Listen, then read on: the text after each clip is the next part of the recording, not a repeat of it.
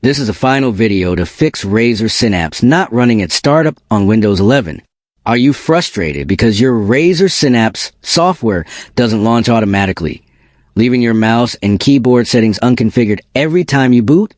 This usually happens because the startup entry is disabled. Windows services required for Synapse aren't running, or antivirus software blocks the app from launching.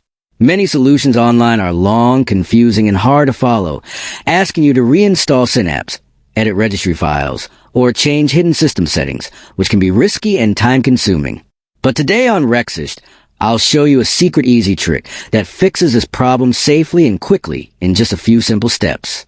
First, we'll ensure Razer Synapse is enabled in the Startup Apps list, then check and start required services, so the software can run correctly, and finally adjust permissions and Windows settings to prevent it from being blocked at startup.